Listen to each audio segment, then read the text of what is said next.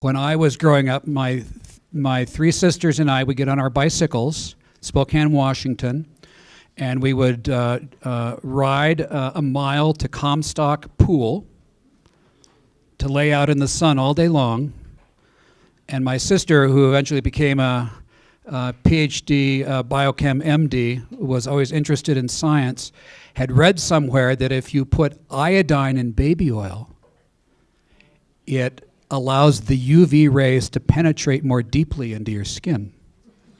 So we would bring to Comstock Pool our bottle of Johnson & Johnson's baby oil laced with iodine, lather ourselves with it, and lay out for 7 hours in the sun to get a deep, rich, healthy tan. We had no idea we were laying carcinoma all over our bodies. Gee, you look healthy. I just got back from Barbados. It's a great tan. You look good. But now we know it wasn't. But you do need sunlight for vitamin D, which regulates all sorts of important bodily processes. But it's the amount of, in fact, they're saying that the SPF, 70s, 150s are blocking too much sunlight from kids, and they're not getting enough natural vitamin D from the sun. So we need the sun. It's good, but we need it in measured doses. Technology can be great, but in measured doses. And we're just at the cusp of a kind of conscious awareness that we all know that there's problems, but it's going to take time to step back. How long did it take science, government, and us to admit that smoking was problematic? Battles, because there's so much money involved. And if you're addicted to something, you can be easily persuaded that it's not that bad. I used to smoke 2 packs of cigarettes a day. Started in Boy Scouts. Scouting rounds a guy out. And it was very hard to quit. But the reason, the way I helped myself was I read every day. I'm not smoking. This is happening to me physiologically in my lungs, in my blood. So I needed kind of the science to back up because I was so stressed. And it's going to be that way too for unhooking from technology. Anyway, so it's good. Pope Francis just met with the head of Google. The beast. He met with the beast to basically persuade them. I think they're going to this conference in Davos, Switzerland, that in their technological and economic discussions to let the poor be foremost in your mind. Anyway, so let me talk now about a specific program. I was doing great retreats. Father Spitzer brought me to Gonzaga as the first vice president for mission. I had what was considered the best, most comprehensive Catholic retreat program of any Catholic college university at Georgetown for my 12 years there. Doing a lot of great stuff for the first incarnation of the Magis Institute, which was Ignatian retreats for corporate executives in California. Doing a lot of great retreat work, but like I told you at the beginning, I discovered in 1994 that I had stepped back from kind of an honest engagement with God on a day-to-day basis, and I had to rediscover the examination of conscience. And I had to slow down and hear Jesus in my heart.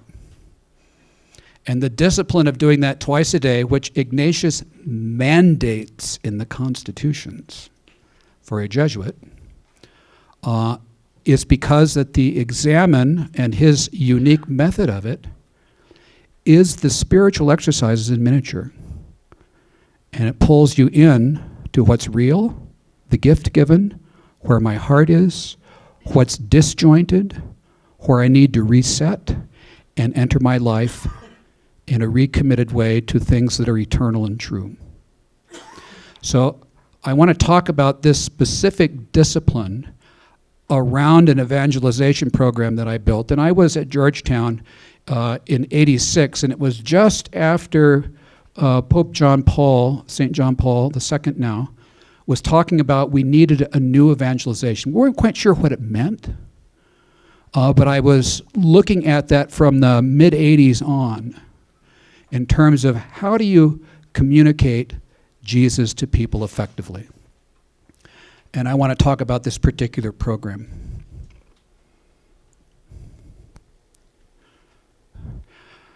I wanted something that would deliver the transformative power of a 30-day retreat or the 19th annotation version of the spiritual exercises. The spiritual exercises in everyday life, they're oftentimes called SEAL programs, which is about a 32-week program that does an hour of prayer a day with a spiritual director on a weekly basis.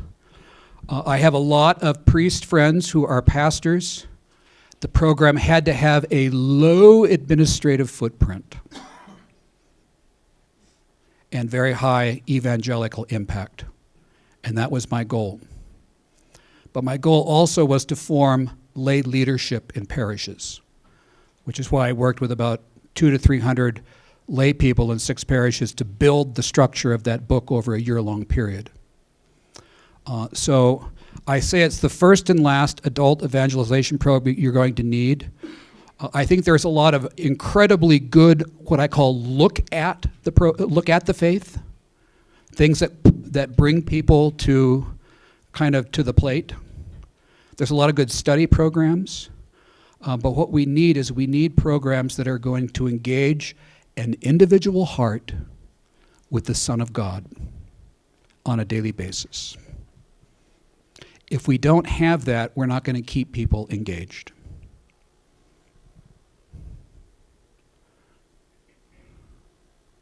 So what is evangelization? Evangelization is ongoing conversion. So what's ongoing conversion? Evangelization is sharing your ongoing conversion. An individual has to know why they need Jesus as a Savior. People who finally get to the front door of AA have admitted that they're dying and they need a higher power or they need God. They have a step up on most of us. Because the fact of the matter is, since the original sin, we're all dying, and one has come into the world to transform it. And we have to find out why, personally, in my real life story, I need that man for my life and my salvation. That's what happened in all the gospel stories. And it was the sophisticated and the elite who didn't think they needed him. Why do I need Jesus as a Savior? You have to get people to that point. Step 1. And then you have to get them to submit beyond 40 weeks to a lifelong process of daily conversion. There's no shortcuts. Father, what's going to be your next book? No, 40 weeks, sorry, 40 weeks. And then once you become engaged with your faith, you start listening. Jesus, help me slow down. Help me know what makes me joyful, what makes me sad. Making discerning choices that move towards the light and away from the darkness in small and large ways on a daily basis that align with gospel values. And then it's sharing that good news with other people. I love the story in John's Gospel of the woman at the well who comes up to Jesus. She's very cynical. She's been, hurt in life in many ways. And Jesus says, go get your husband. I don't have a husband. You are correct in saying you do not have a husband. You've had 7 husbands. And she runs back to the village and she says, come and see someone who's told me everything I've ever done. As if everyone in the village didn't know everything she had ever done. But what was new is that she discovered why she needed him, and she learned that he loved her, which is the beginning point of conversion for all of us. And I'll go back to that thing about the prefrontal cortex and the conditioned fear. People are afraid to move towards the place in their life, in their heart. I say the largest missionary journey that any of us can ever take in our lives is the journey to the center of our own hearts, where Jesus needs to save us, because we've locked many doors. You can have this, Jesus, but you ain't touching this back here. The third rail, which is the only thing he wants to touch, because it's the thing that's convinced us that nothing's going to work and I'm unforgivable. So the conditioned fear, I knew this on retreats. I had a terrible marketing problem I realized at Georgetown with my 5-day Ignatian silent retreat. Because for 2 years I was hearing people say, "Oh, Father, I'm the chatty type." That retreat's kind of like for this type of person. I heard that from corporate CEO board members. I heard it from graduate students, heard it from undergraduates, and I realized what they were saying was, I am absolutely terrified of being silent. So I took the word silence out of the retreat, but it was still a silent retreat. That's the world of conditioned fear, and people were afraid to sink below the surface for fear of what they would find, which is why C.S. Lewis was so prescient. You young demons don't know what you're doing. All you got to do is to get the humans to forget that God exists, because they're going to be afraid to go where they need him anyway. Keep them busy, productive.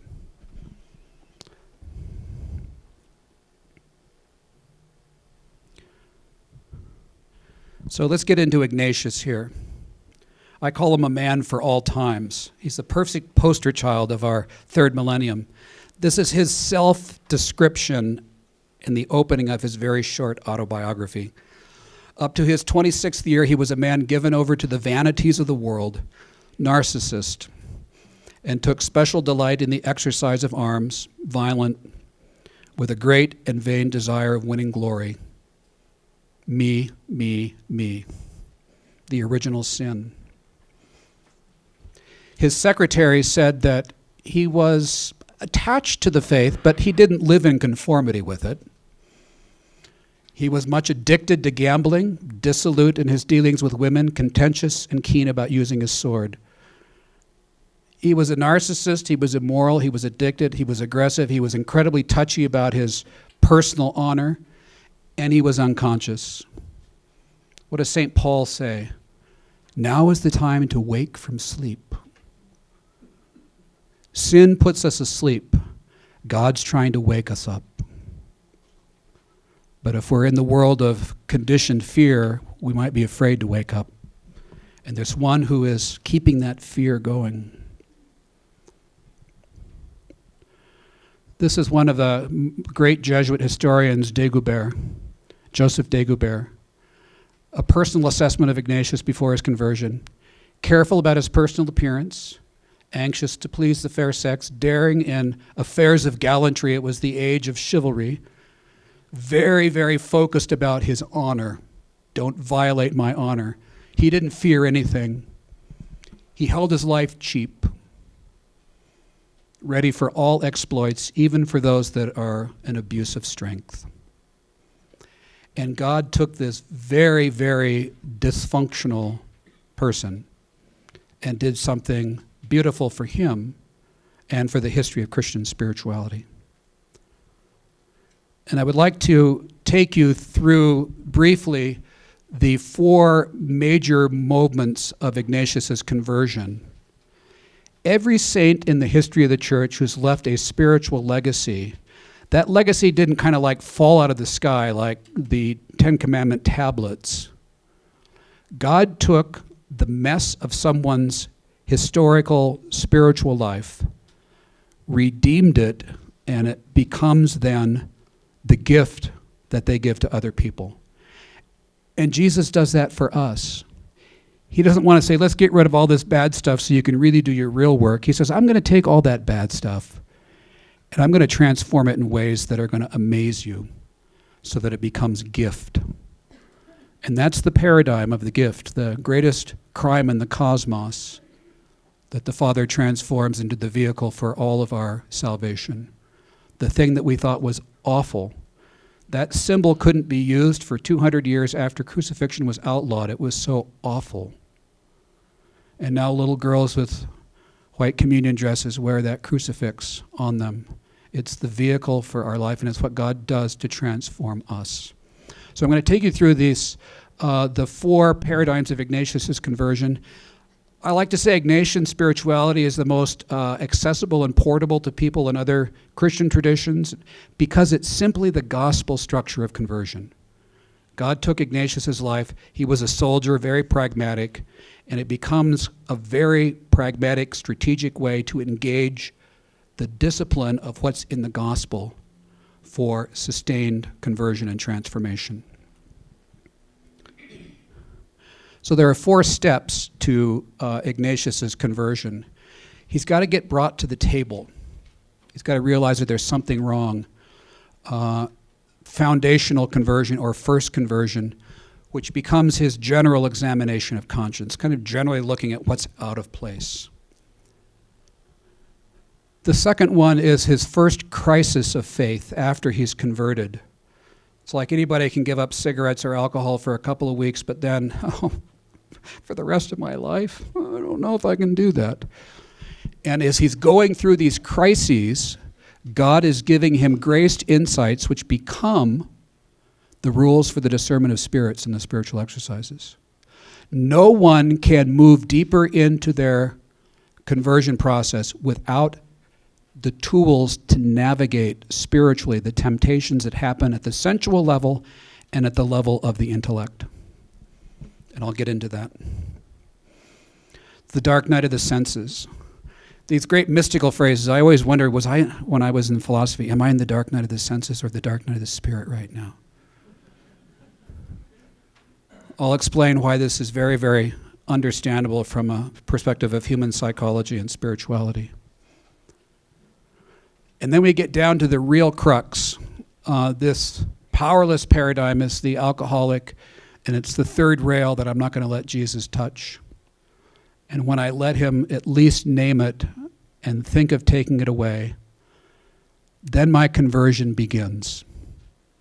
My faith becomes real when not me, but God becomes master and commander of my life. And this is where you need to get people if that conversion is going to be sustained. And then there's the idea that it's not just 40 weeks, it's the rest of your life. If you've got a certain form of diabetes, you have to test your blood. If you've got spiritual anemia and a death sentence from original sin, you got to tap in once or twice a day to figure out, are you off or on key? And you've got to do it for the rest of your life. And once you admit that, then the faith journey begins in earnest. I think I can do 40 weeks, Father Bill. Can you do 80? Can you do 370? Can you do 1,420? Can you do it till you die? Because you're going to have to. Oh. But I have come that you may have life and have it in abundance. It says it right there in the beginning of the building as you come in. So it's true. It's in the gospel. So let's look very briefly at the beginning first conversion, or where you need to get people. And I would say a lot of people aren't there. And you've got to get people to the table, and you have to somehow persuade them to approach the things that they might be very afraid of.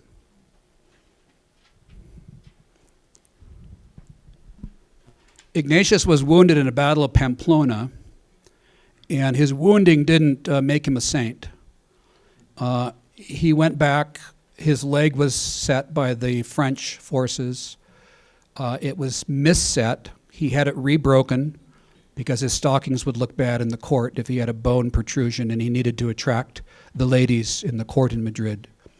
So he almost dies from what I call a dangerous cosmetic procedure. And he alarmed his oldest brother, who was the owner of the estate after his father died. and he's recouping. He did what I did when I was a senior in high school. I'm coming to my midterms. I will do anything if you just let me pass. So, see, there's always a price to pay for those things. So he basically begged God that he wouldn't die. And he started getting better immediately that night. So he's recouping. There's no 740 cable channels where there may be 2 good things to watch. No magazines. He asked his sister-in-law, Magdalena, for a book of chivalrous romance, kind of a cross between Tom Clancy and a Harlequin romance that were very popular with the men of his class, of how you were going to win the hand of the lady in waiting and become a great heroic person. And all there was in the Loyola castle, mid-tier castle, was a copy of The Imitation of Christ and a book called The Golden Legend, which was all the most fantastical miracle stories of St. Francis talking to the wolf of Gubbio, things like that. So 31 years of age, unconscious, a complete mess of a person. And suddenly he's slowing down and hearing Jesus in his heart, and he's starting to see that there's a different narrative possibility to his life story. There's 1,000,001 plot lines, but there's only 2 directions, towards God or away from God. One brings you peace and contentment. One makes you empty, dissatisfied, and anxious. So he's sitting there. He's fantasizing. And in order to fantasize and tap into your daydreams, you have to have the capacity to slow down, which is what technology is making it very difficult for us to do, even to pay attention to your daydreams, that reflective pause. What am I thinking? What am I feeling? So he's doing this back and forth. He's thinking hours on end how he's going to win the hand of the daughter of King Ferdinand and Isabella. He was like me from Spokane, Washington, thinking I'm going to marry, the president of this corporation. So he had a very big ego, and he was very sure of himself. But this was his fantasy, how he was going to do it. He dreamed for hours on end about how it was going to work and what he was going to say. And then with these new books that he had from his sister Magdalena, he started thinking, well, maybe I'd like to go on pilgrimage to Jerusalem. If Benedict did that, I can do that. Ego. If Dominic did that, I can do that. If Francis did that, I can do that. So then he's thinking this other set of fantasies. I'm going to eat nuts and berries and walk barefoot to Jerusalem, which if you were really Catholic back then, that's what you did. You went on pilgrimage to Jerusalem. So back and forth, these 2 sets of fantasies. And then one day, he saw a difference between what I would call the afterglow of the fantasies. They both engaged him when he was thinking of them actively. But when he set the vain ones aside, the afterglow feeling was emptiness and dissatisfaction. I knew a lot of students at Georgetown who got the job in New York. They would find themselves at some bar in the Upper West Side or East Side, Thursday happy hour. There's a break in the music. They can't figure out why they're not happy. Put music on, get me another beer. Dry and dissatisfied. Don't go there. Don't touch that third rail. And then the other one left him peaceful and content. And he knew, while he was given the knowledge, that the fantasy, daydream, life direction that left him peaceful and content was what he was. It was who he was. It was his true identity. And he commits himself to that direction. First conversion. So it's an initial awakening. This is just a little structure of what I just told you. And this is what happens. And this initial awakening becomes the template for the entire spiritual exercises of the 30-day retreat. And it's the template for the examination of conscience's 5 movements. So it comes right out of the process of his conversion experience. And it's deeply grounded in the gospel structure of conversion. So there's a pause. He's slowed down. He's aware of kind of the gift of things. He said very late in life that he thought the greatest sin in life was a lack of gratitude. That God gave this cosmos to share with us made in God's image. And not to see it is the greatest sin.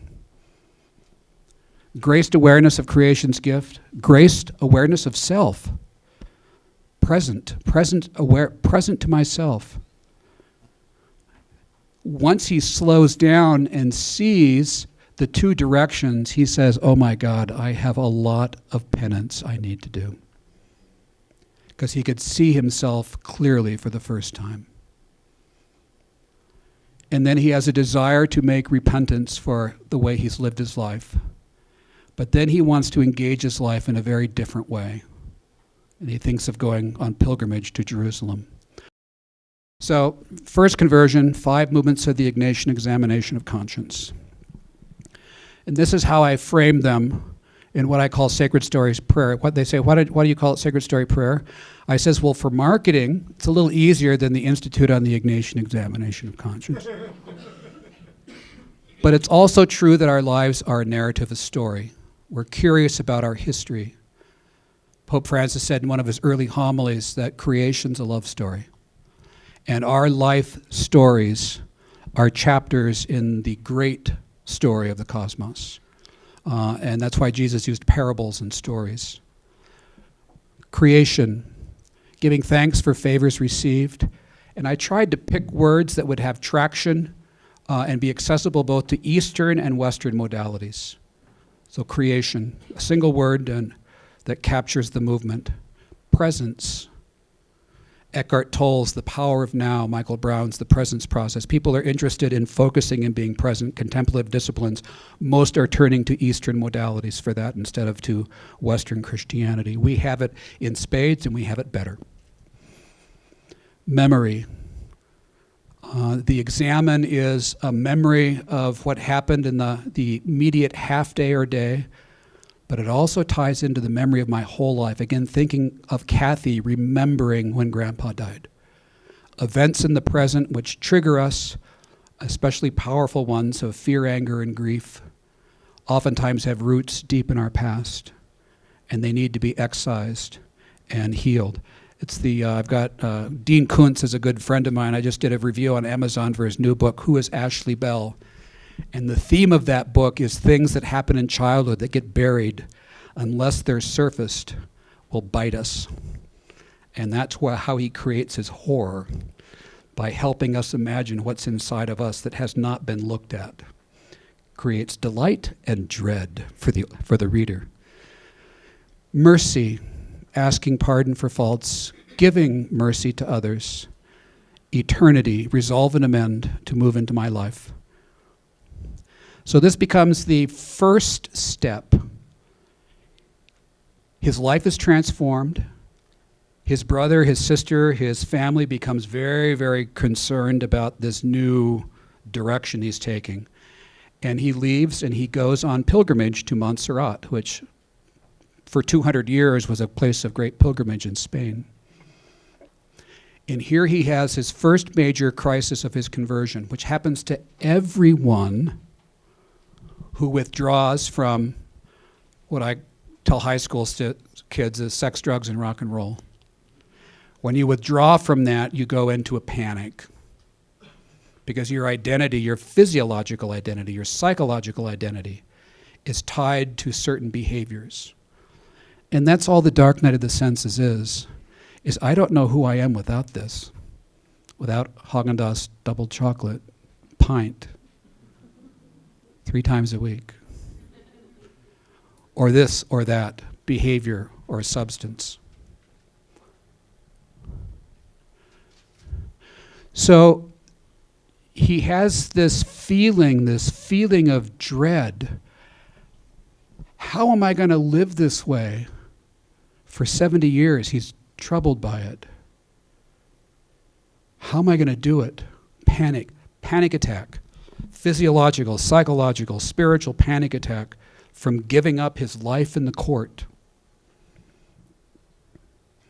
He's the first cognitive therapist, and I don't have it in these slides, but there is very significant neurological data on how thinking differently rewires the brain. So what he does is he speaks truth to power. He confronted the threat as a false threat. He speaks to it as a thing. You poor creature. And the creature is the enemy of his human nature. He's navigating the crisis with the help of God's inspiration. Can you promise me even 1 hour of life? It goes way back to the garden in Genesis. Surely you won't die if you do this. You have no life, and his peacefulness returns. So he names what is a false reality. It's like I would do when I was quitting cigarettes, quitting smoking. I was telling myself that if I did smoke, these things would be happening to my lungs. And by not smoking every day, these things are cleaning up inside of me.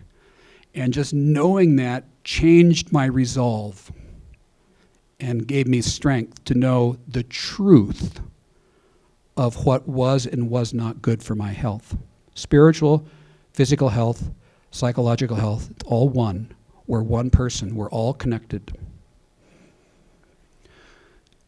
So this is just kind of a template. When we change our behaviors, we get our act cleaned up, we get panicked, we get threatened. You can't do that. You're never going to be able to live that way. That threat has to be confronted, and we have to kind of get back on track. And this is spiritual discernment. And you have to raise this to conscious awareness that this is actually going on. And when you do, then you can navigate it. And this is the gift that God gave the church through Ignatius's messed up life. Because you can only, like I said, you can only navigate your spiritual growth by understanding how the world of the spirits work and how you're getting tempted one way or the other, oftentimes at the level of conditioned fear. Very, very important. So the rules in the spiritual exercises for the first week all deal with temptations that emerge in the senses along the pleasure-pain axis of human experience. It's the sensual, it's the dark night of the senses, and it's how to navigate that honestly and keep your conversion moving forward, or at least knowing what's right and what's wrong. People in AA sometimes go, they fall off the wagon, but then they get back on. So it's not a matter of being perfect the rest of your life. It's a matter of knowing what's true and what's going to lead to your ultimate health and working with God's grace.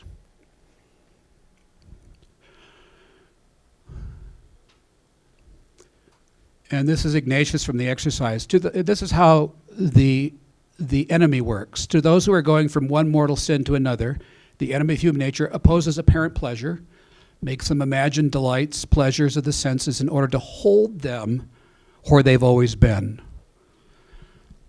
But for persons of this type, the good spirit uses a contrary procedure. Through their good judgments on problems of morality, he stings the conscience with remorse. So he challenges them. Confronting sensual sin and its dark night will lead to growth. All the rules, if any of you did spiritual direction or done the spiritual exercises, all the rules for week 1 are all targeted at initial first conversion and the temptations that happen when you're withdrawing from sex, drugs, and rock and roll. Okay. And they're absolutely critical to understand. Now, the point of that first conversion is to get you to the deeper level, the third rail.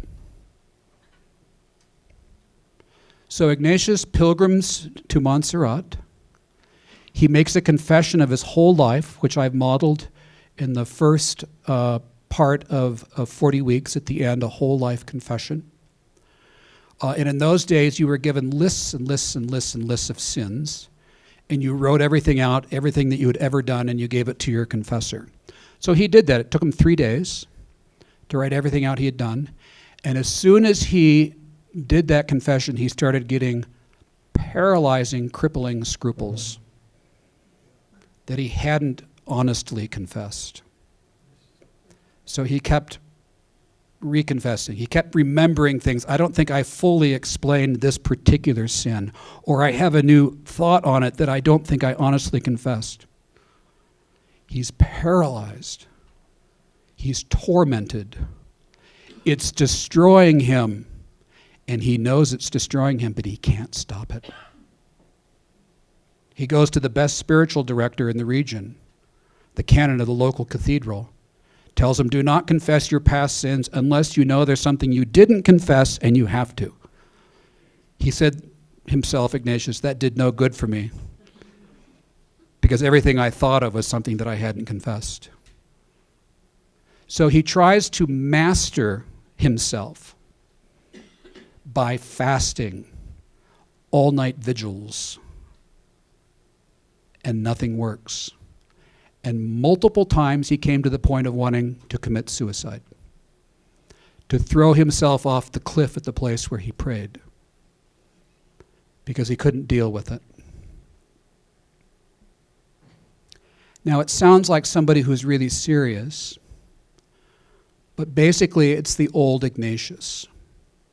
It's the one who got wounded at the Battle of Pamplona, who would not have gotten wounded had he not persuaded the commander and all the other 400 knights not to engage a battle with 10,000 superiorly armed French soldiers.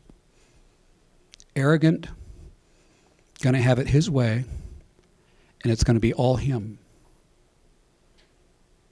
And he was simply applying the third rail sin, the place where he was in control of his life, to his spiritual development.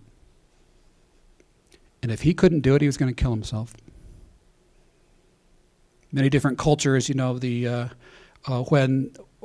the pride has been pierced, the wealth has been lost, people jump off buildings because they're humiliated by their pride being punctured. It's the original sin. I will be God, and if I can't control my own universe, then I want it all to end. So a lot of suicidal impulses are tied into deep areas of human pride. And Ignatius later in life admitted that scrupulosity even can be tied to human pride, of where you're trying to master your own life by yourself. So he gets to a point of crisis. He becomes disgusted with his converted life, and he's ready to walk away. Go back to the court. And then he's given another critical graced insight to help him navigate this deeper level of spiritual temptation, which is not on the level of the senses, but it's on the level of the intellect. Where the first sin took place, it's on the spiritual level. And it's him being in command of his own life. So he's awakened by grace to investigate this spirit of disgust.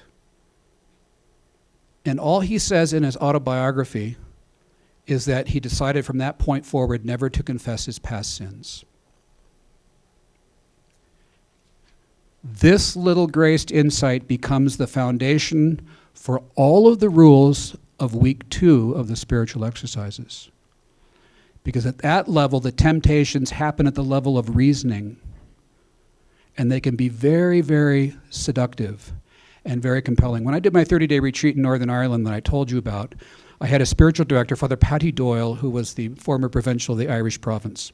And I would see him every single day for about 45 minutes. And at the end of my conference, everything was absolutely clear to me in terms of what was right and wrong and how I was getting duped. Then I would go out for a walk on the sea, and I would get all muddled up and tied up inside of myself. Well, he said this, but this is really, it was all kind of this reasoned, things were airtight logically, and he was wrong and I was right all along. But what I wasn't paying attention to is how miserable it was making me feel. Let me know what makes me joyful and what makes me sad. So the temptations come at the level of the intellect and the reasoning. And this is when we get to the root sin, and this is where you need to get people in evangelization work. You need to get them beyond the first conversion. You need to get them to the point of where they're master and commander of their own life, so that God can start leading them and their life history and their life journey. You have to confront the root sin of vanity of pride, where I will be in charge. I use the word not pride in 40 weeks, but narcissism, because I think it's the only word that captures the original sin that can still have what I call a wince factor.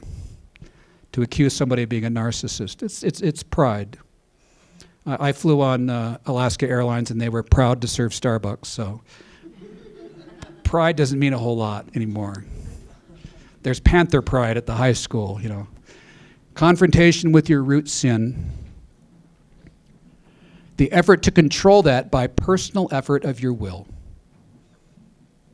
I'm going to do this. I'm going to do it. I'm going to save myself. Despair and the desire to give up when your effort fails. And this is where the temptations work really well by the enemy of human nature to get you to walk away.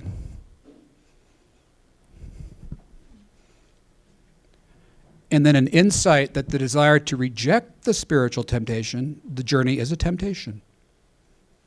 And instead of giving into your conditioned fear, you realize what's true, and then you make another decision. You admit you can't save yourself, and you surrender your prideful actions and let God take charge. And this is what's really scary. Because if I can't save myself, then it does mean I need somebody else. And it means I'm no longer in control. And until each of us gets to this point, or steps our toe in this water, or let me put it positively, when we step our toe in this water, then I think our spiritual journey, our Christian life really begins. And we've got to get people and ourselves to this point. Which is why you're not necessarily going to be a specialist with a degree in spirituality or theology unless you let Jesus pull you forward in your own spiritual life. I told people at the first parishes I was working at in Seattle, who I said, well, start the program in your parish. We don't have degrees in spiritual direction. We're not theologians. We're not this. I said, but you have a prayer life. And I said, if you're honestly engaging it daily, and you walk with other people who are honestly trying to do that, that's all they need. You can only take people as far along the road as you've allowed God to take you. And that's what becomes a spiritual mentor. And as my dad says, all that person has is book learning. You can't get this out of a book. You have to be led through it yourself, and that's where your wisdom comes from. So this is where the temptations, and this is from the spiritual exercises, these temptations come in the form of false reasonings and spiritual temptations. And Ignatius says it's characteristic of God and his angels to give genuine happiness and spiritual joy and to banish sadness and turmoil induced by the enemy of human nature. And it's characteristic of the enemy to fight against this happiness by using specious reasonings, subtleties, and persistent deceits, the father of lies. And I've been duped enough in my life, even with a regular spiritual director, to know how clever the enemy of human nature is, especially if you rely on your reasoning to kind of keep you right. But you have to pay attention to what that reasoning is making you feel, like Ignatius. And this becomes like I said, the template for all the rules of the second week. And one of the critical insights Ignatius has, he says, not if you get duped, but when you get duped. Trace the process back that led you to the direction that you're taking. And he had to trace back his process of deciding to start reconfessing his past sins. That's where he got the initial hook, tied right into his pride, right into his being in charge. He thought he was doing good spiritual things. It looked spiritual and good.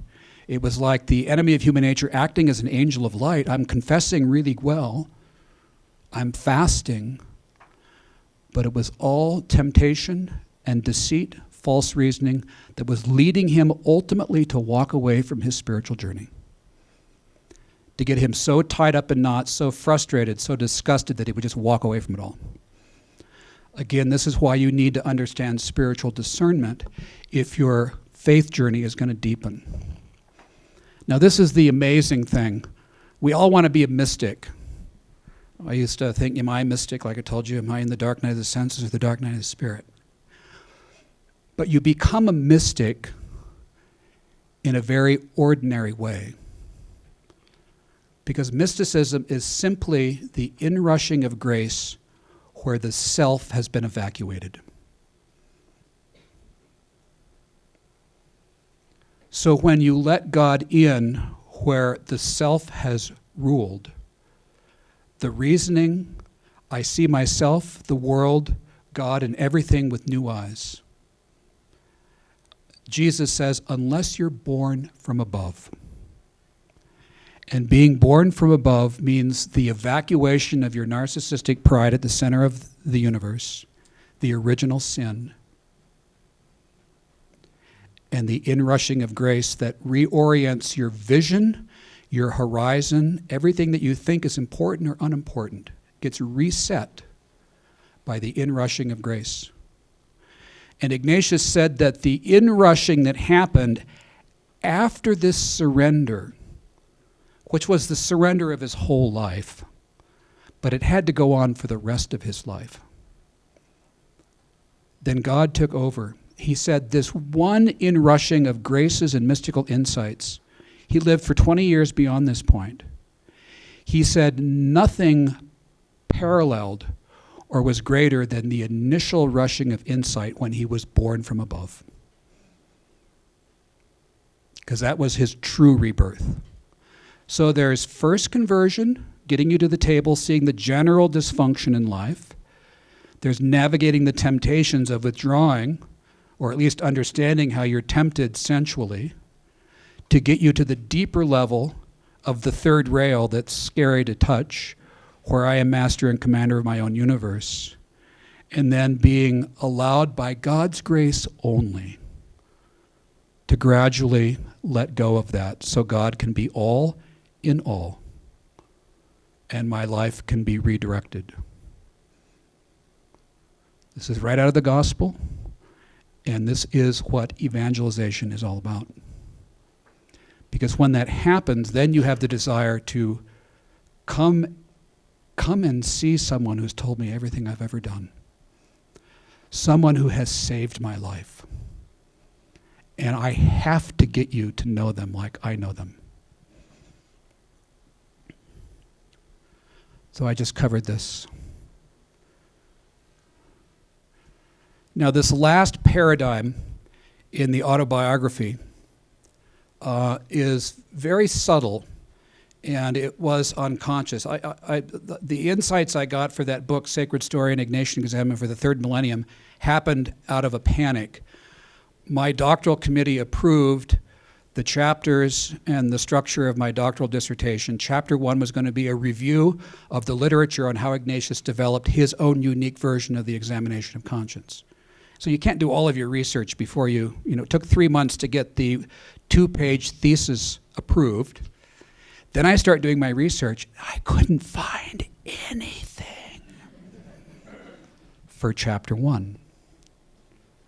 And the last thing I was going to do was go to my 3-panel doctoral committee and say, I can't do chapter 1 of my dissertation because I can't find anything. So I thought, I've got to read the autobiography. I was reading it and rereading it and rereading it and rereading it, and I kind of saw all these things in here that I had, because you read the autobiography as a novice. It's not the Confessions of Augustine. It's very dry, third person, short, kind of boring. But all these things kind of leapt out at me, and I think Ignatius was kind of helping me.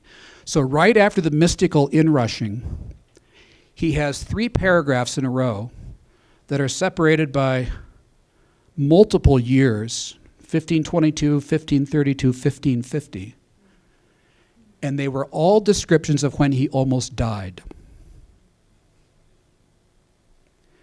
And the first one, it was right after this initial inrushing of grace. He almost died.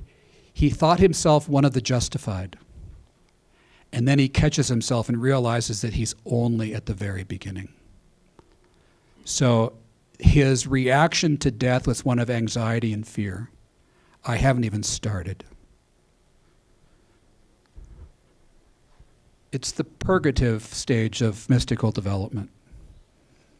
And I think the reason he didn't describe this is because he had been imprisoned twice by the Inquisition for getting into mysticism. So I think he encoded what actually was going on in a way that somebody would find it later on. He almost died again 10 years after that. What was a reaction to him at that time? Much like Augustine in chapter 10, book 10 of the Confessions. Late have I loved thee, beauty ever ancient, ever new. Late have I loved thee. So there's no fear anymore. It's this sense of sadness. Why did I wait so long to have this life and this grace? So he's in the state of illumination. And then just about 2 years before he actually did die, he couldn't even think about going to heaven because it distracted him from the day-to-day administrative tasks of being general of the Society of Jesus. So he was so united. It's like Therese of Lisieux saying that she was going to spend her eternity doing good on earth.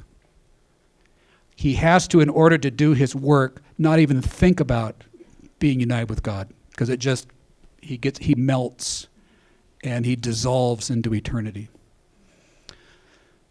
But what he's admitting is that his conversion took the rest of his life. He did a very brief examination of conscience every hour, on the hour, every day of his life, till the day he died. And he became someone who was totally out to lunch in terms of spiritual and psychological consciousness, to someone who became acutely aware of the 24/7 working of the spiritual world and how it was moving him in one direction or another. He became awake. Now is the time to wake from sleep. So this is not an easy thing to do. It's not an easy thing for yourself, for me, or for you, or to invite other people to say, I want you to touch the third rail in your life, the place where you're afraid to let go and let God in. Thank you, I don't think so. Do you have a picture book? Do you have a video I can look at? George Aschenbrenner, who's a good friend of mine, he's had a number of strokes. I got a Christmas card from him. So he's still able to focus, but he can't do spiritual direction anymore. He's the one who kind of reintroduced in 1971 or 72 the Jesuit world to the Ignatian examination of conscience, and he framed it as the examen of consciousness, waking up. But he admits, and he still admits, that it's not an easy thing to do. We know that it's important. We know that we should do it, but it's like physical exercise, Give me a bag of Doritos and a beer and let me watch TV. Because it's working against gravity. And you got to do it all your life long. It's not perduring or easy. They start it because it seems important, but it just doesn't last. So again, what is evangelization? It's ongoing conversion. Ongoing conversion is what? It's evangelization that's sharing your ongoing conversion, discovering daily why I need Jesus as my Savior, and not being afraid. This is why I love Therese of Lisieux. She used to hope she could find some new fault in her life every day because she had so much trust in the Father's love. It would be one more thing she could throw on him. Remember, she had the little way. The other saints can climb up the steps. She wanted to be picked up by the Father and brought to the top. So that's why she's a doctor of the church. We have to submit to lifelong conversion, which means daily prayer and regular reconciliation. People say, I think I need a spiritual director. I said, if you do this discipline daily, and if you take the little simple journal notes, and you go to confession regularly to the same person who gets to know your life. Almost all the spiritual direction you're going to need is going to be in that forum. Well, I think I need a spiritual director. And no, you need to go to confession. Father Michael Buckley, a great California theologian, when I was at Georgetown, I asked him if he'd be my spiritual director, and he asked me in the course of the interview, he said, "How often do you go to confession?" I said, I go when I do the retreats at Georgetown 2 or 3 times a year. So he didn't say anything.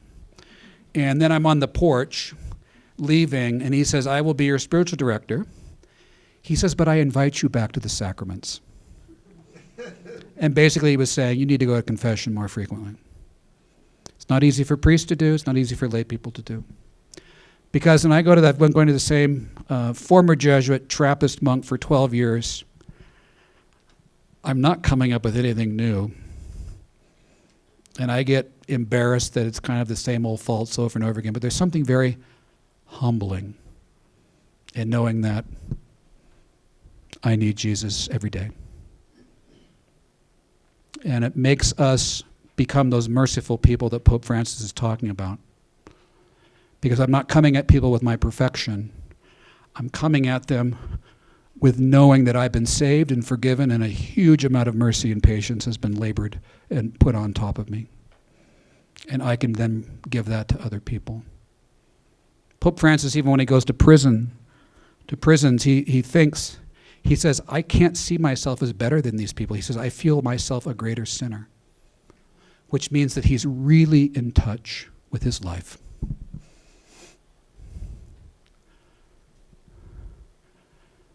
You have to discern, you have to have a discerning heart, and then you want to share it with other people, and it comes from the depth of your life.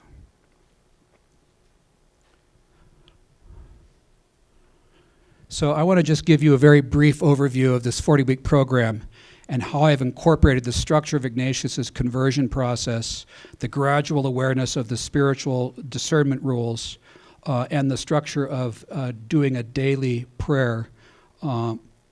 Again, it may not be something that your entire parish is willing to do. And when I started this process in Seattle with Archbishop Sarton's help, I went to 6 parishes. I preached and presided at every Mass, 6 weeks in a row, 20 to 25,000 people. And I said, I'm looking for people who know they need some help, who are willing to pray once or twice daily, make a confession of their whole life, keep a simple journal, and to do it for a year. I wanted to weed out the faint of heart. But I also wanted to do what Ignatius told the early Jesuits. Go to the people who know they need help. I have come to save the sinner, not the righteous. And they will be the ones who will be open to receiving your help. So if you can get 5, 10, 15% of the people to do this, you're going to have a powerful core evangelization team for the rest of your parish, for the rest of your life. And I tried to make this plug and play, that everything was there that you need so that I wouldn't have to parachute in, because you can embed this reality in your own parish. And you can walk this pathway daily yourself, and you can walk with other people who are walking it. And it will transform in 2, 3, 5 years your entire faith community. So how I structured this, the weeks 1 through 13, I thought it was going to be a whole year, and I realized in the middle of the process that I don't need a whole year to do it, and I could probably do it in less time. I thought 40. That's nice and biblical. I think I'm going to do it for 40 weeks. I think I'm going to call it 40 weeks.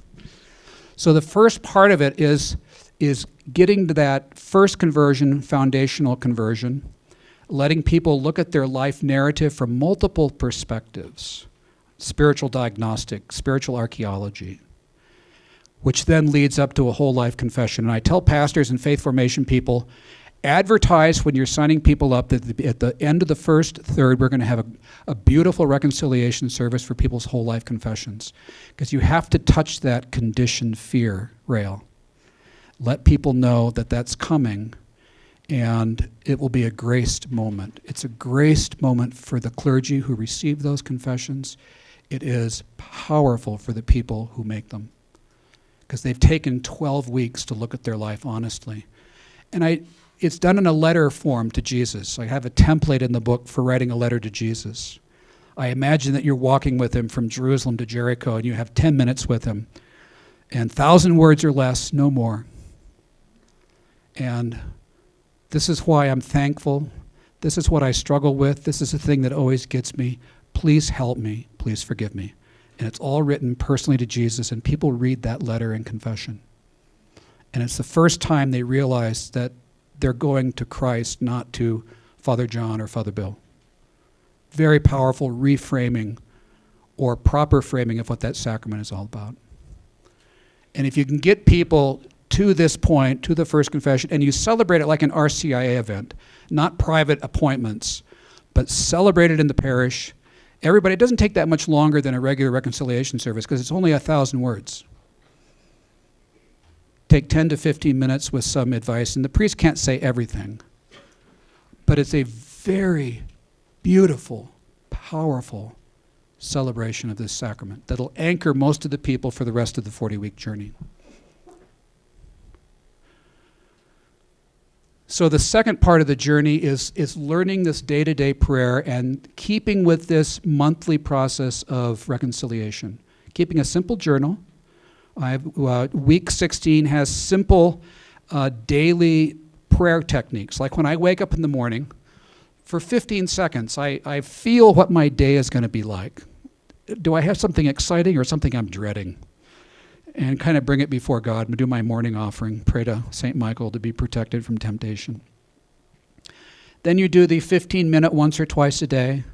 Before I go to bed, I do the same thing. Where is my heart? Ask God, invite him into my dreams. I have a little exercise for when you get triggered in the middle of the day, get angry. Somebody is driving stupidly in front of you, or they're taking way too long on the checkout counter, and it really annoys you. I had a friend of mine in Seattle, a woman who's 82, was coming to meet me, was late. She said, "I'm so sorry I'm late." She said, "My daughter promised she'd pick me up. She always promises me that, and she never does it." I said, "I'm not your spiritual director." I said, "But if I was, I would say, why does that make you so upset?" And she had this immediate insight. She said, "My dad was an alcoholic, and he always promised me he would be there at Christmas, my birthday, buy me a present, and he never did." So the immediate memory of the anger and the upset was tied to something very ancient. So when you're doing the memory part of the prayer, it's short-term memory and tied into long-term memory of things that are going on. So you're learning this daily prayer discipline and some simple little prayer techniques to stay awake during the middle of the day. You can't pay attention to everything that annoys you because you wouldn't have time to do anything else. At least I wouldn't. But you can pick the ones that really kind of stand out, kind of just stick at you. And then you can mine them. Don't waste them. Mine them for spiritual insight with the power of the Holy Spirit. So ongoing spiritual diagnostics, disciplines, and then the 5 movements of the exam, and learning that gradually. I kind of piece it together over this multiple weeks: creation, presence, memory, mercy, and eternity, so that it becomes something that becomes personal to you in your own life story, in your own life history. And then I hold off the world of discernment till the very end, because people now have enough spiritual alertness to become aware of the temptations at the sensual level and at the level of reasoning. And they've done enough work, they've done enough practice and training so that the entering into the spiritual world and starting to learn rules and techniques, tactics for navigating the spiritual world becomes very important. And what I have done is I've taken the static rules out of the exercises of St. Ignatius and put them into a narrative format and in language that I think has more traction for people in their day-to-day life.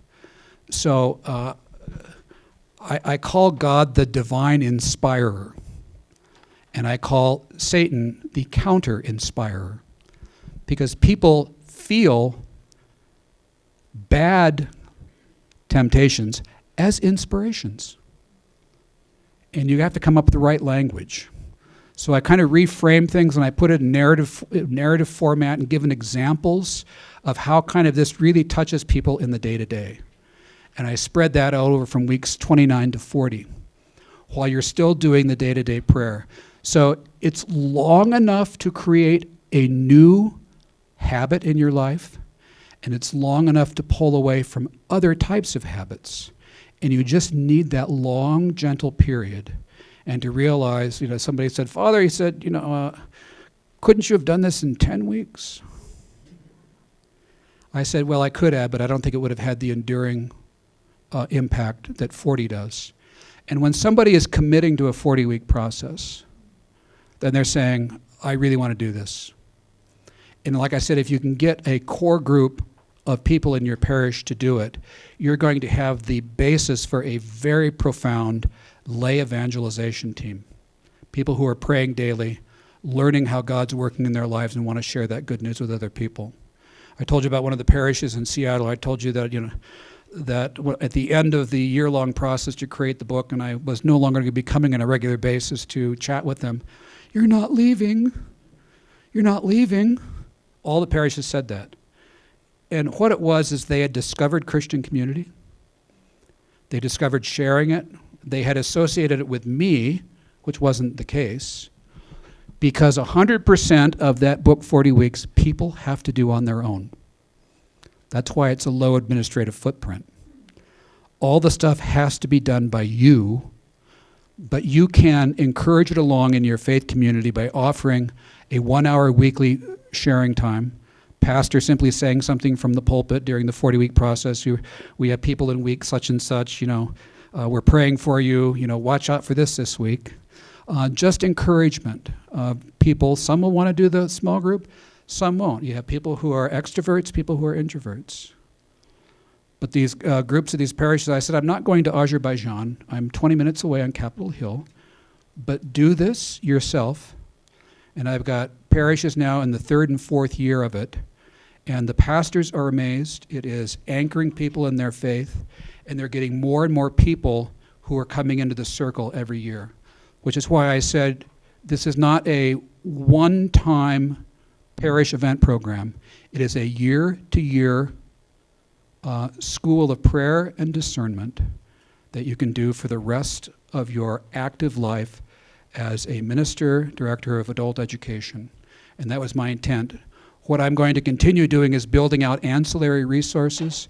There's a whole slate of stuff on the website. There's template emails that a DRE or a catechist can send out to people on a parish weekly basis. I'm going to keep creating more resources. The DVD series we put together, it's all plug and play so that you can embed it in your own faith community.